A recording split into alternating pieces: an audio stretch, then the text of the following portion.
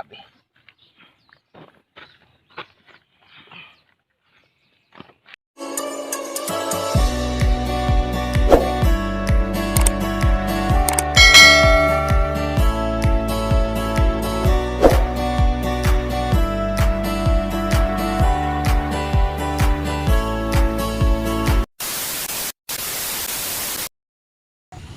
Good morning ka-brother.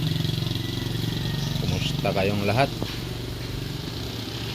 Sana'y nasa mabuti tayong kalagayan. Salamat din kay Lord at muli tayong ginising at binigyan ng lakas para makapagtrabaho uli. Ito na yung part 2 ng porridge silwa natin. Andito na yung mga pisa. Dinisang mo na.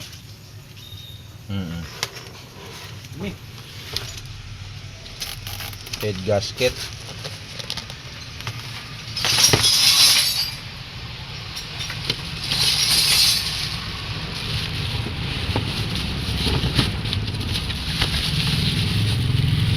Oil filter.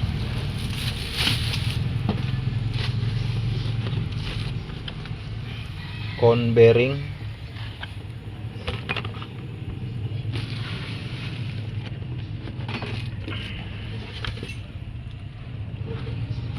Oil 40.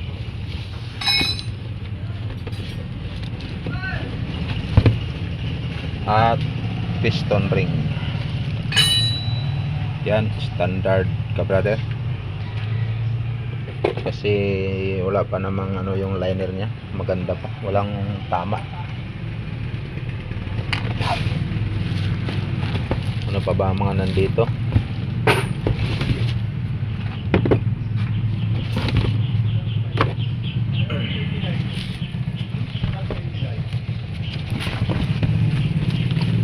Beta gray.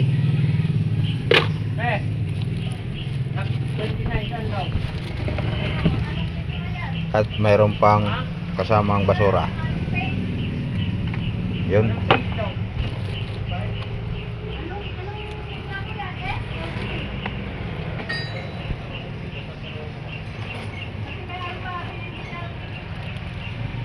Ito kasama na to. Ah, wala.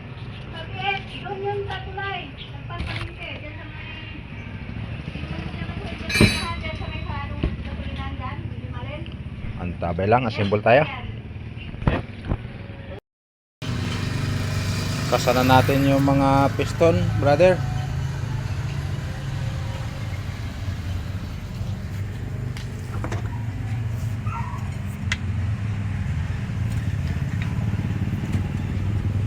Langis, paliguan nyo ng langis ka brother bago ikasa.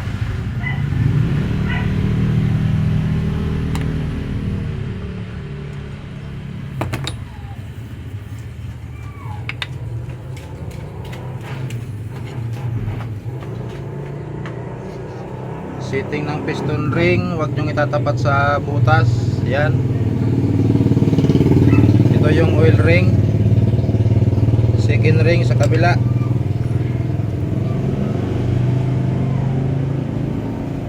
Yung top ring magkatapat sa kayong oil ring. Ayan. Magkatapat.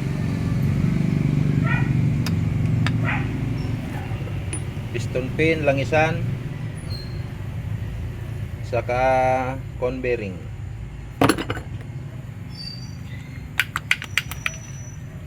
Saka yung liner.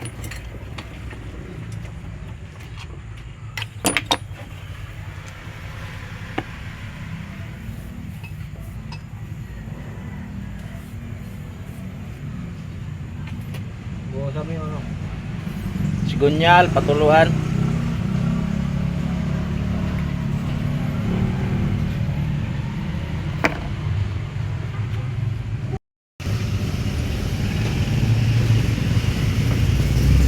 Pagkabit naman ito ka brother, mayroon namang aro.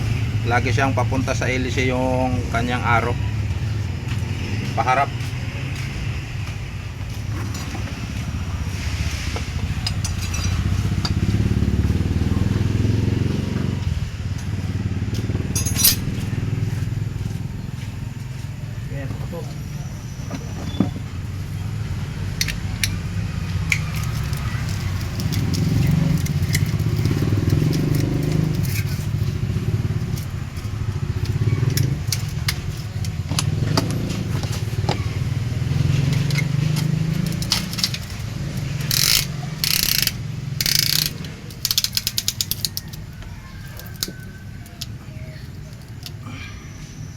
Diretso. Okay. Stop.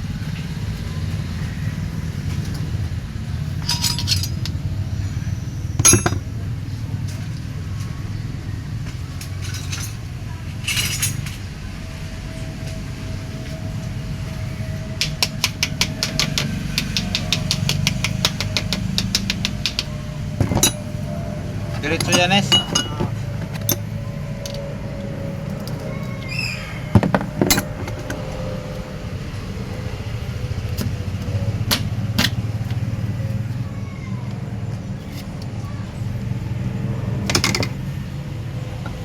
Ah, Okay.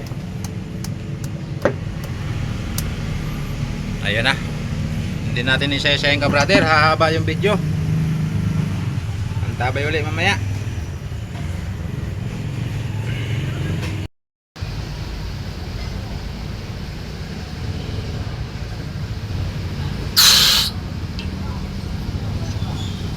Linis natin yung mga tornilyuan ng heel bolt, ka, brother. Wanang marumi, hindi tayo sasagaran ng head bolt. Dito sa bundok wala tayong compressor pa eh.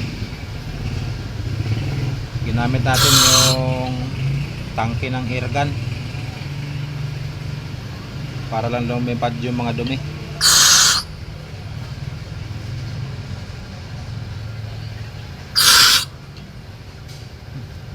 Hinanginan natin ng CO2 para lumipad yung mga dumi sa katubig.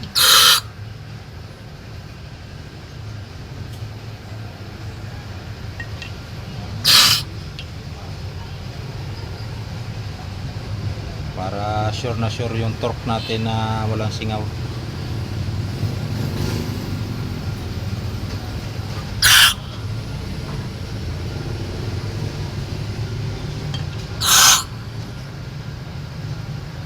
Pag yan kasi mga butas na yan puno ng tubig, lalo langis, hindi sasagad yung head bolt natin, hanggang sa malustred lang. Pakiramdam natin sa torque, higpit na. Yung pala, yung gasket natin hindi palapat.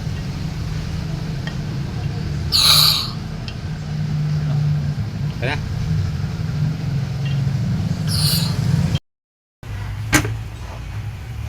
1, 2, 3.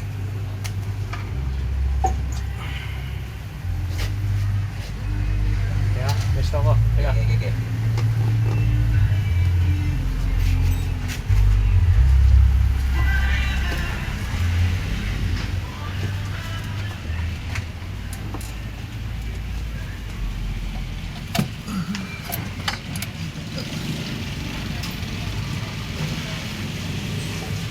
Yan sa'yo may dawit. Ito mag-intro.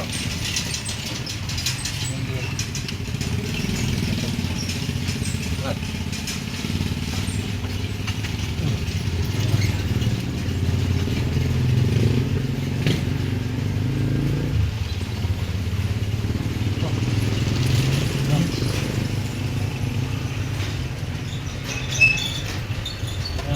Dami na dyan. Ayun na. Ha? Okay na.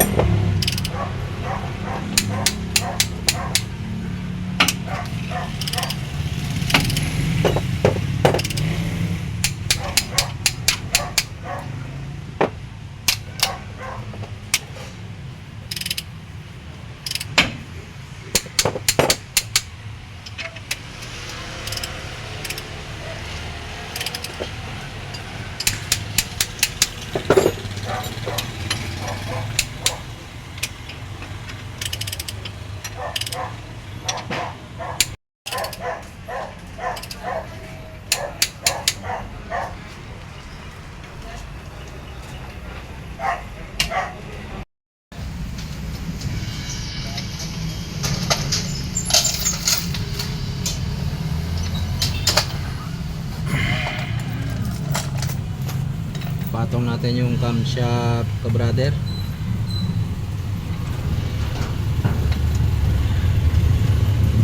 Kailangan bago ipatong yung camshaft, yan o, naka-top dead center tayo yung pulley.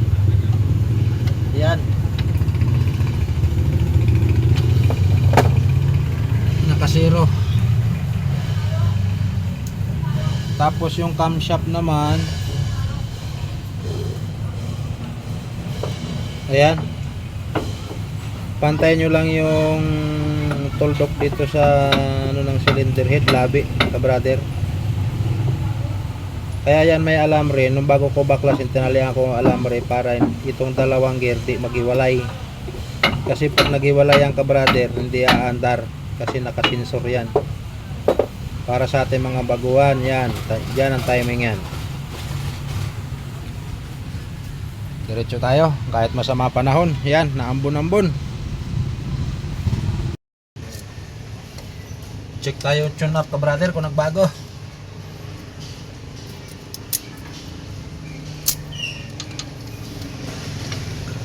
Yan. Ano? 14. Simmer na. Ratchet.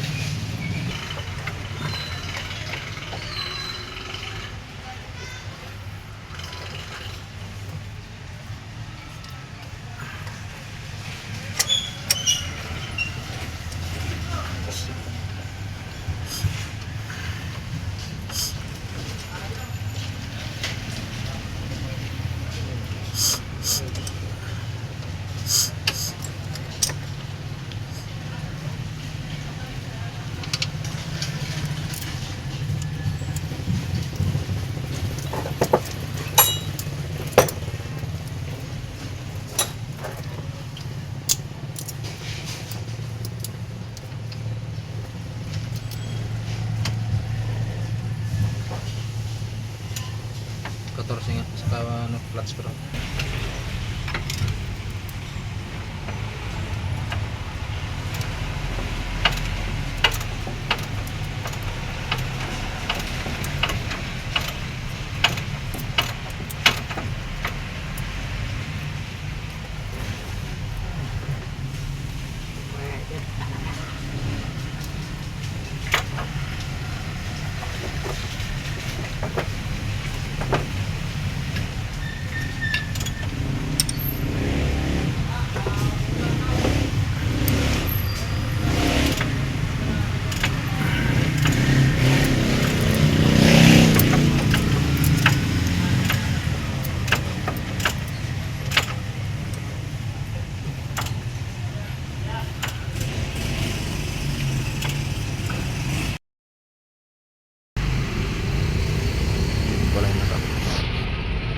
Unti-unti nang nabuo natin ka-brother yung ilwa natin.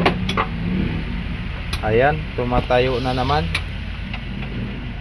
Yun sa part 1 natin, hindi ko nga pala na-explain masyado yung kung saan nanggaling yung diesel, kung bakit napuno yung ating makina. Dito ka-brother, nung binaklas ko to, walang washer. Yung fuel return na galing sa injector, papasok yung diesel dyan, babalik dito sa labas ng valve cover, saka pupunta sa return. Walang washer, kaya dito dumaan yung diesel ka-brother. Yung fuel pump naman natin, yung fuel high pressure pump, hindi ko pinagbintangan na sira yung oil seal niyan kasi matagal tong ginagamit sa bundok. Hindi man nagbabago yung langis nito, hindi dumadami. Ang naging kwento ng makinang ito, nag-overheat, nagpapalit ng head gasket, binuksan nila lahat yan. Yan, binuksan lahat. Hindi na ibalik ng tama. Dito siya nagka-problema. Ngayon, isang biyahe pa lang, tumirik na. Hindi nga nakarating sa paruroonan ka-brother, tumirik na. Sa haba ng biyahe, dito pumasok yung krudo sa return. Tapos napuno yung makina, pumasok naman siya dito sa breather. nahihigop uli nitong intake yung diesel. Pumapasok dito sa intake niya, nahihigop, kaya umusok ng maputi, masakit sa mata at masakit sa ilong. Tapos yung makina nanginginig na kasi yung diesel niya hindi na niya masunog kasi sobrang supply na nung diesel sa ibabaw ng piston na nahihigop ng intake natin. Kaya siya palyado, makatal yung andar, mausok, masakit sa mata, sa ilong. Yun ang nangyayari dyan. Ito, tatapusin na natin. Antabay lang. Medyo masama ang panahon. Yung isa gumulong na sa putik, nasa ilalim, ka-brother. Hi. Hi. Hello. Yan, kabit na lang natin yung radiator, yung electrical nya. Sa kumpletuhin natin yan, sisiguraduhin natin yung mga washer na yan. Papaanda rin natin siya ng walang valve cover.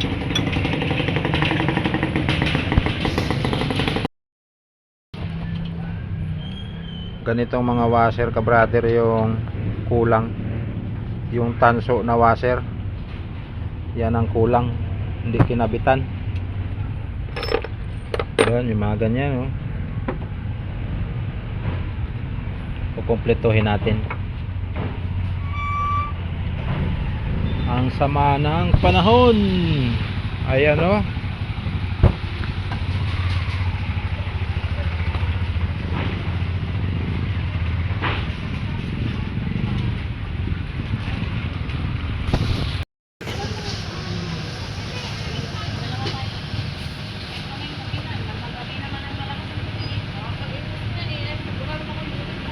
Rocket arm. Itong ano, camshaft. Lagay na tayo ng langis, ka-brother. Bali, pangalawang araw na natin ngayong binubuo to. Hindi kasi tayo bigyan ng magandang panahon. Minsan babagsak yung ulan.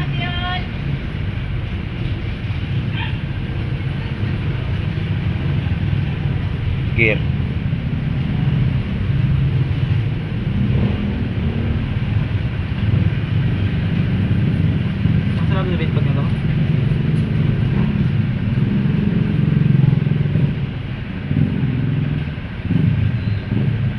Yan ang langis, hindi krudo.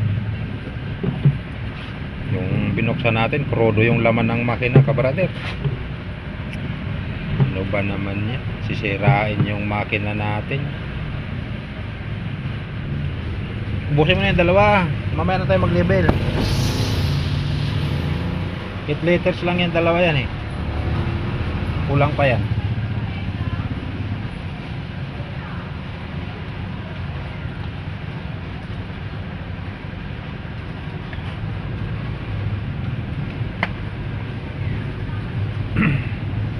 Pag ano nga, barawas ng mga galon niya, pamigera sa magubuti. Puno na ng galon yung bahay.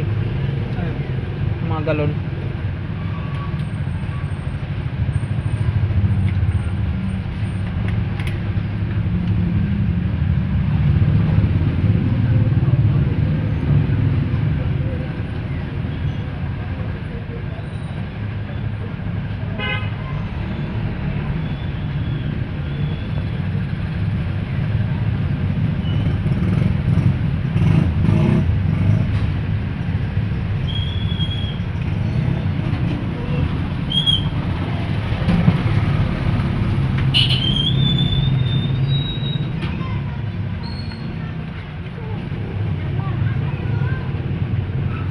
Tabay lang, kukumpletuhin natin. Kakabit pa tayo ng radiator at aircon.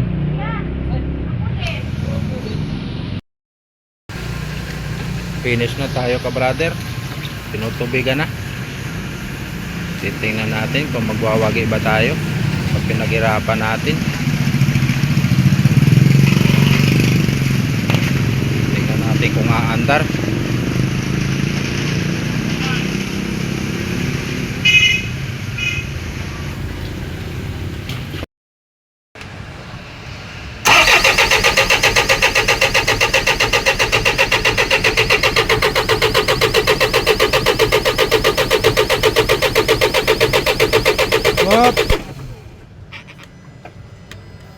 na.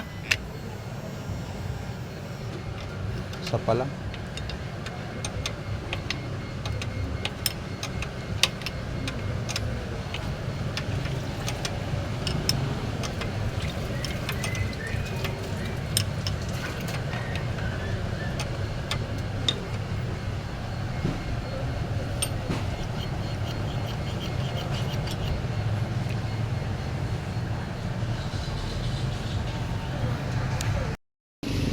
Okay.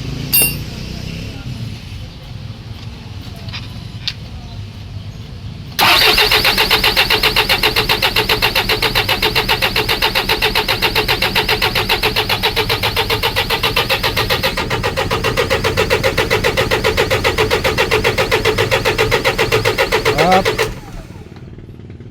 Wala pang laman, no? Ngayon palang tumigas. Ano? Okay.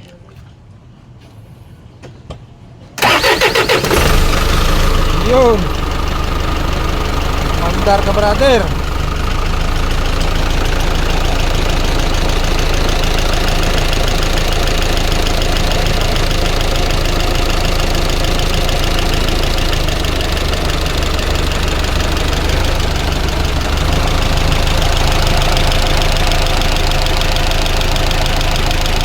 Ganda ng langis, gumagana. Patay, patay.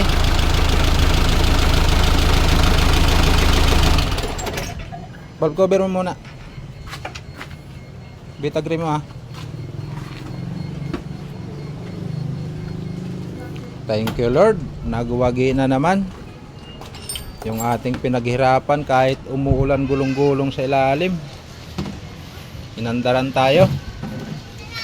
Ano, double check natin yung mga washer ng yung pinagtagasan yan. Start. Yung return.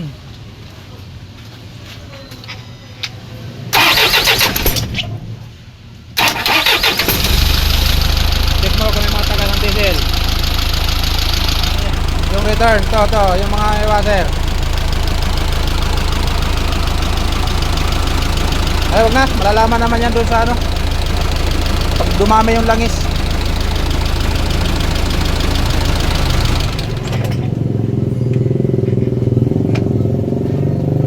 Hindi makikita ka, brother, kung natagas gawa ng maraming talsik ng langis.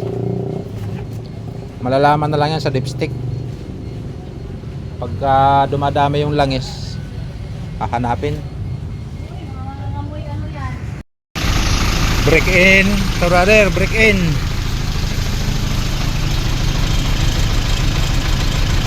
Wala man lang nagpakitang usok. Ayos na ayos.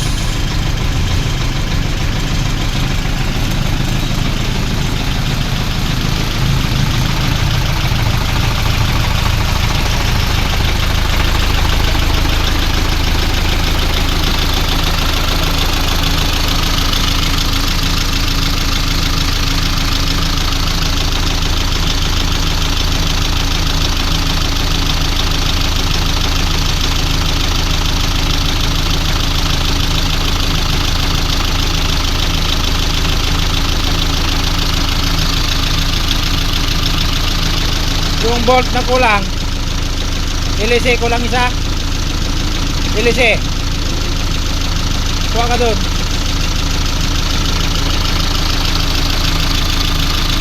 Saka 12 na bakre.